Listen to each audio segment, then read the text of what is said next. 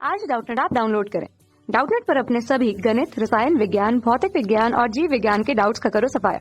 बस प्रश्न की फोटो खींचो, एक ही प्रश्न को क्रॉप करो और तुरंत वीडियो सोल्यूशन पाओ। अभी डाउनलोड करें। इस प्रश्न में हमसे पूछा गया है प्रक्षेप गति में किस बिंदु पर कुल ऊर्जा जो है अधिकतम होती है। तो कुल ऊर्जा हमसे पूछा गया और किस बिंदु पर पूछा गया है। तो इसको समझने के लिए हम इसका एक चित्र बना देते हैं, फिर हम इसको समझते हैं और ये भी समझते हैं कि हमारी प्रक्षेप गति में कौन कौन सी ऊर्जाएं होती हैं। तो देखिए यहाँ पर हमने एक चित्र बनाया। अगर हम किसी वस्तु को u वेग से थीटा डिग्री कोण पर फेंकते हैं तो वो हमारा प्रक्षेप गति में प्रक्षेप गति करती है, मतलब परवलयाकार पथ पर गति करती है, जिसे हम प्रक्षेप गति कहते हैं। तो अब देखिए जब ये शुरू में फेंकी जाती है तो इसकी हमारी क्या होती है, गतिज ऊर्जा सबसे अधिक होती है, क्योंकि यहाँ पे हमारा वेग सबसे अधिक होता है। ये जो u होता है इसको हम दो घटक में तोड़ लेते हैं। इसका एक ऊर्ध्वाधर घटक आता है, एक हमारा क्षैतिज घटक आता है, जिसका परिणामी हमारा u होता है, जो कि हमारा यहाँ बीच से गया होता है। u इसका परिणामी है। तो इसका जो ऊर्ध्वाधर घटक है uy, जिसको हम लिखते हैं, वो हमारा हो जाएगा u sin थीटा, और जिसको क्षैतिज घटक है जिसको हम ux लिखते हैं, ये हमारा हो जाएगा u cos थीटा। तो अब देखिए क्षैतिज दिशा में हमारा कोई त्वरण नहीं लगता है, तो ax जो है वो हमारा 0 रह जाता है। लेकिन जो ऊर्ध्वाधर दिशा होती है इसमें हमारा गुरुत्वीय त्वरण g लगता है। और यहाँ पे क्योंकि हमारा uy जो है इसकी दिशा ऊपर की ओर होती है ऊर्ध्वाधर, और ay जो है इसकी दिशा हमारी नीचे की तरफ होती है। तो जैसे जैसे वस्तु हमारी ऊपर जाती है इसके जो हमारा uy है वो हमारा कम होता जाता है, मतलब इसका जो है हमारा ऊर्ध्वाधर वेग है वो कम हो जाता है। तो इसमें हमारी गतिज ऊर्जा कितनी होगी, मान लीजिए ये जो कण है ये हमारा जो फेंका जा रहा है इसका द्रव्यमान m है, स्मॉल m है। ये क्या है, हमारा कण का द्रव्यमान है, द्रव्यमान हमारा है, द्रव्यमान कण का। तो अब इसमें हमारी दो वेग की वजह से इसमें गतिज ऊर्जा आएगी। एक गतिज ऊर्जा हमारी होगी half m u x square, जो हमारा x दिशा में वेग है उसकी वजह से।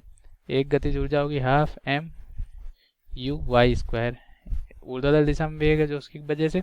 और एक हमारी स्थितिज ऊर्जा, क्योंकि वो अगर कण हमारा यहाँ से h ऊंचाई पर पहुँच गया है तो h ऊंचाई पर पहुँचने में उसमें उसकी स्थिति कारण स्थितिज ऊर्जा आ जाएगी mgh, ये हमारी कहलाती है कुल ऊर्जा। तो कुल ऊर्जा हमारी कण की इतनी होती है।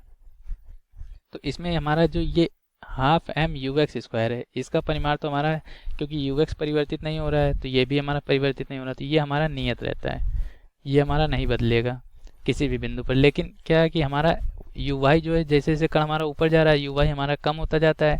तो उच्चतम बिंदु पर यहाँ पे हमारा uy जो होता है वो 0 हो जाता है, तो ऊर्ध्वाधर वेग 0 हो जाता है। तो यहाँ पे ऊर्ध्वाधर गतिज ऊर्जा भी हमारी 0 हो जाती है। लेकिन जैसे जब ऊर्ध्वाधर गतिज ऊर्जा हमारी 0 हो जाती है तो हमारी h बढ़ जाता है, तो हमारी स्थितिज ऊर्जा बढ़ जाती है। तो मतलब इन दोनों का आपस में परिवर्तन होता रहता है, स्थितिज ऊर्जा गतिज ऊर्जा में और गतिज ऊर्जा स्थितिज ऊर्जा में परिवर्तित होती है। उच्चतम बिंदु के बाद हमारी फिर से स्थितिज ऊर्जा घटने लगती है और ऊर्ध्वाधर जो गतिज ऊर्जा वो बढ़ने लगती है। तो इसके हर बिंदु पर जो हमारा इसका परिणामी वेग u था वो हमारा जो था वो नियत बना रहता है। तो इसकी मतलब कुल ऊर्जा जो होती है हर बिंदु पर वो संरक्षित रहती है, क्योंकि इतनी ऊर्जा हमारी नियत रहती है और ये दोनों आपस में परिवर्तित होती रहती हैं।